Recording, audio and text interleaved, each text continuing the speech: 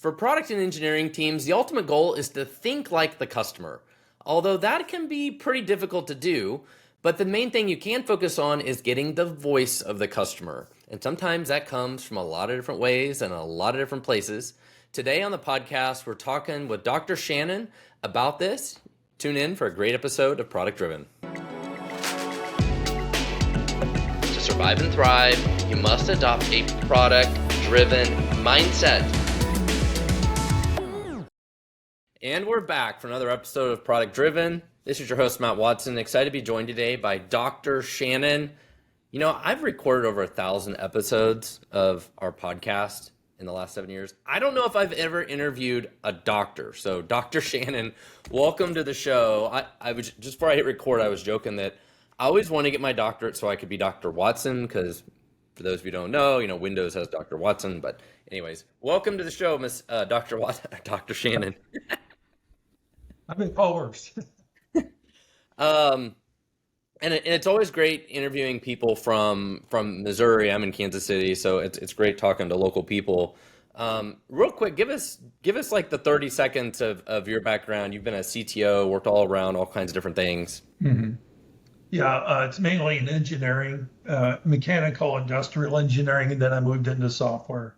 That includes defense, large defense, multi-billion-dollar defense, aerospace projects, and then moving into small business, small software companies, and then into the consulting world.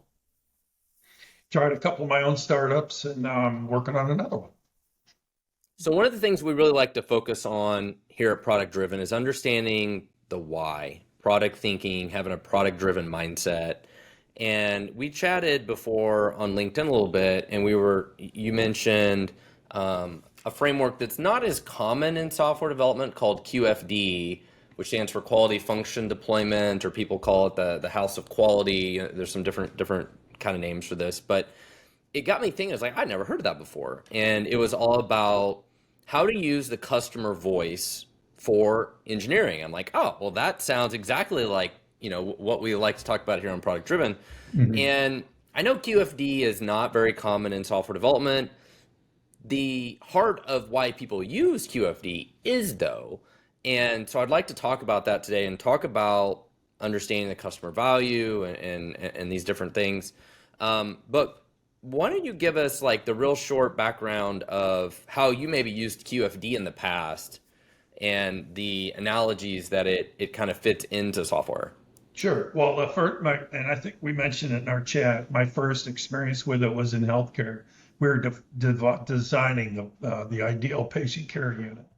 And the objective was to maximize, patient, physician, and staff satisfaction. And we were coming up with all kinds of different approaches, but none of them really seemed to really sing to anybody. And so we decided to use a QFD framework, starting with the voice of the customer. And the voice of the customer came from focus groups of the people, my patients and physicians.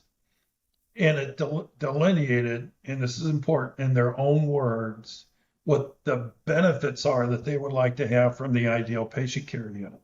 That's the key, in their own words and the benefits.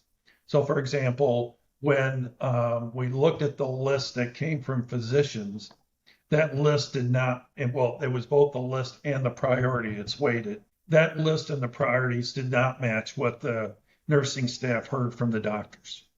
So frequency of complaint does not correlate with importance of the feature or function. And so we ended up going through that process, and we found a number of key technologies. And again, this is more of a functional approach, which is kind of unusual for QFD. What functions do we have to provide that would maximize their satisfaction, and what is a very high level? And we identified 2 or 3 technologies at that time that had not yet gotten common use in healthcare. Things like electronic medical records and automated scheduling. And nobody was doing it at the time. It wasn't until 10 years later that it really gained traction in the marketplace.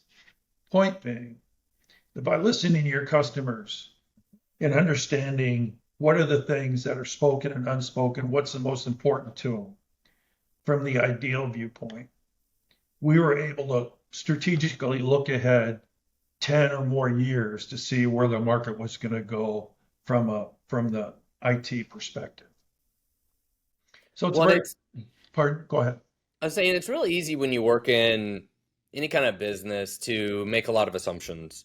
Or you're like, oh, this is what we hear in the industry, or this is what makes a lot of noise, or whatever, kind of going off anecdotal stuff. But unless you go really, really deep talking to a customer, you may not fully understand their requirements and what actually really Right. matters to them the most, right? You might Mhm. anecdotally hear little things and that gets all the attention, but there might be a lot of other things that nobody really mentions that are like way more important, right? Like when we before we started recording, we were talking about cars and examples of some of this with car, right? Like people don't wouldn't ask for like I want a car with four wheels and I want it to be reliable and I want it to be quality, right? They would talk more about like I want it to have Bluetooth with my phone or whatever, right? Like Right. that would be the thing you would always hear about. But there's also these core things that are really critical that maybe get overlooked unless you really, really, really talk to the customer and understand what really matters. Is that Mhm. fair? That's very fair. And then the next step after that is mapping it to the features and functions of your product in a way that you can identify those features and functions that are the most important that you got to do really well on. And then we talked about before, that's the nonlinear lever, as I call it, where you can focus on all of it and it'll take you forever to get it done, right? But if you focus on these small 20 percentage of the items, they will have the biggest impact on customer perceived value. And that means that your product will be set apart in the marketplace and you'll gain customer loyalty and probably be perceived of as a leader in the market. Then that kind of a branding is worth quite a bit of money. Well, the struggle is it's the balance of chasing the bells and whistles and what makes you different from your competition, right? Right. Versus also the fundamentals. Like I've done some other content around this. Like bells and whistles usually kind of sell software, Mm-hmm. but the fundamentals are like what cause churn. Like people may sign up because oh it does this cool AI thing and oh my God this was incredible, and then they get signed up for it and they're like oh it lacks like this basic reporting and I can't have more than one user or doesn't support Right. single sign-on or like Mm-hmm. just some like really basic sort of fundamental stuff ultimately is what prevents people from using it and causes cancellation, causes churn. Right. It's like the bells and whistles sounded really cool, but a lot of times people don't even really use those bells and whistles. They just sound really sexy in the demo. And a good use of QFD will help get you there.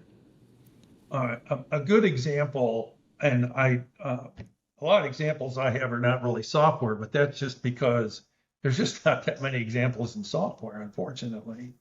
But at least in non-software products, there was a story of many years ago when the Japanese were getting really good at making computer like chips and stuff. An American company sent them an order for so many thousand chips, and they had a lot rejection criteria. If we look through the lot, sample it, we have more than so many chips that are defective. We reject the entire lot. The lot's delivered with a bag. And in the bag was a note and some chips. This is, here are the defective chips you ordered. We didn't want them mixed up with all the good ones. That's a totally different paradigm. They're saying we are zero defects, man. You can sample all you want, you're going to find any bad chips. And so that would get people's attention. Now, the question then would be, could you do that in software? How could you say what's a zero defect software in a way that's going to really get people's attention other than the fact that you use it day in and day out and just never break? Well, and you described earlier when you're building software, you're getting the voice of the customer and you're trying to figure out what features to build. You want to look for the ones that differentiate you from your competition, but they also have to be things that actually matter in function, right? Like people are actually going to use whatever this thing is. And then how do I tell stories about it in my marketing and it resonates with people that they understand like, oh, they really are different because they do X, Y, and Z. Mm-hmm. Do you have any experience doing that from a software perspective? Yeah, when we re-engineered a small software company, and I led the re-engineering effort on it, and they were a custom shop, and what happened is that with custom software for small to medium businesses is very important because they have different requirements specific to each area, right? Well, but they were drowning in defects. And what we came up with, based upon the results of interviews with customers, is they absolutely had to have customization and they absolutely wanted zero defect. And it worked so well that we were winning contracts when we were competing with PeopleSoft and Oracle Financials. That worked really well. I mean, the company grew quite a bit from that. So when it comes to getting the voice of the customer in today's age, building modern software, what kind of tools have you used for collecting that voice of the customer? What kind of process or tools have you used for that? Well, there's the basic requirements analysis that I usually did through next operation as customer, lay out the customer's process. We would define the touch points, and then those touch points are where we would identify the functions that the software has to do. Okay, and that's very standard software engineering stuff. And we would have requirements documents, specifications that were developed in conjunction with the customer.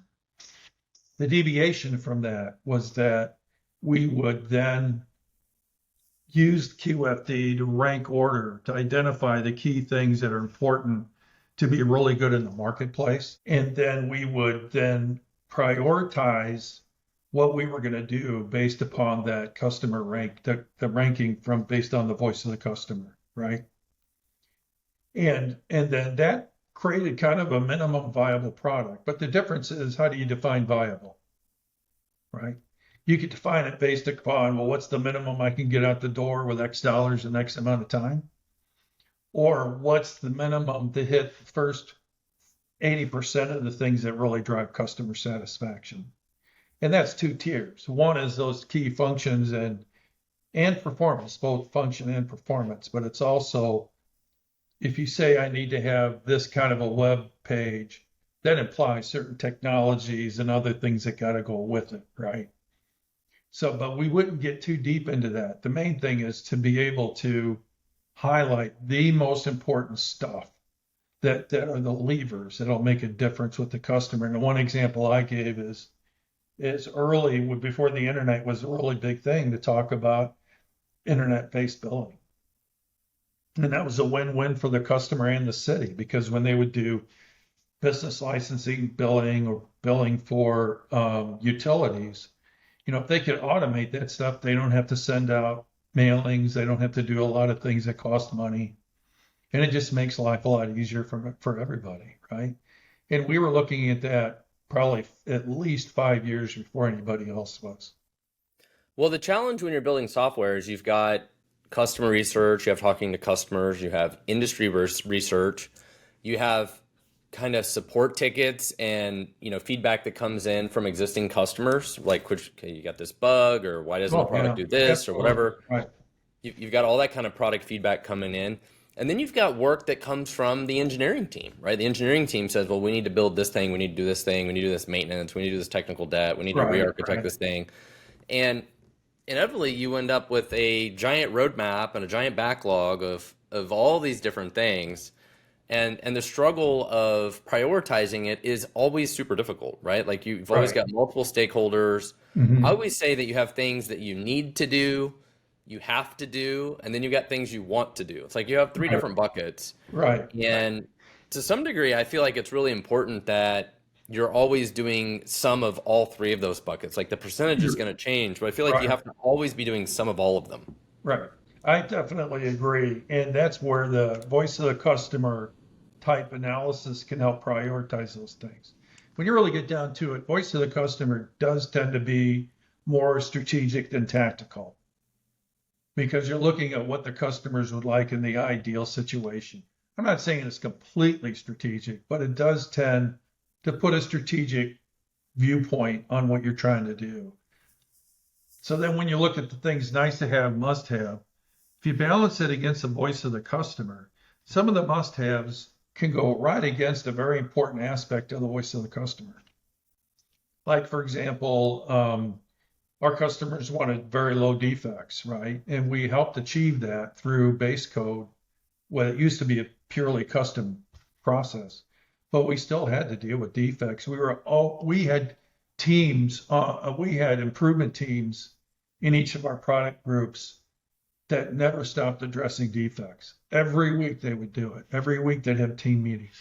Every week they would be tweaking the process of how do we do better? How do we take the identification of defects and bring it as early in the process as possible when we're doing modifications for software or new contracts? And at the same time, we would be looking at strategically what are all the things that need to be done to really keep us ahead of and this is a small business. How do we keep ourselves ahead of the guys that had deep pockets, like the Oracle financials of the world? They can cover up a lot of mistakes with money that you can't do with a small business. You just don't have the bandwidth to do it. So you have to be that much better, or else you won't survive. Well, and the struggle is sometimes the requests that come from the customers are not good ideas. No. Oh, or they don't align with the business direction of like where you want the core product to go, right? right, So, right. you know, And that's why we learned that we had to say no. We had a long discussion with the CEO about this, and that was really difficult because, they've been kind of sort of in a survival mode for a long time. So you can't say no. And so finally got him to say no, and then we started making more money. Does that make sense? yeah, we went through the list of like where like different ideas come from, and we missed one on the list that is kind of important, and that's from the sales team. Mhm. Yeah. But I always joke that I like sales driven development when it aligns with the roadmap and as long as it's not chaotic. It's like, hey, this customer's willing to pay a bunch of money if we do this thing. Like I like that. Yeah. I like Right. it better than the far other end of the spectrum alternative where the engineering team is building crap that we don't know if anybody wants. That's right. Right. These are on Well, I opposite ends was of the in for spectrum. decades. We just, oh, that's cool. Let's do that. Yeah. Worst thing you can do is have an engineer like me try to create a user interface. It's a disaster. But anyway, yeah, and having the sales team represent the voice of the customer can be problematic because they're hearing kind of what the real things are that will really land a sale. But I think you mentioned before, getting the sale and having it work are two different things. Yeah, I landed the contract, but then the software doesn't work. So invariably, you got to go back to the voice of the customer. You have to. Well, and I always say when it comes to software development, sometimes I feel like we're doctors. People come to us, they don't tell us the problem. They don't tell us what's wrong with them. They tell us the symptoms, right? They come in, they're like, I can't do this thing. This takes too long, whatever. Like, it's almost like my stomach hurts. I have a headache. But Right. they don't tell you like they're broke their leg. Like they don't Right. tell you that part of it. Yeah. Like they don't tell you like what the real problem is. And sometimes they don't know how to, vocalize that or explain that. Mhm. And it does that make sense? Well, yeah, and that's one of the things that at least in the QFD methodology, they term the unspoken customer needs.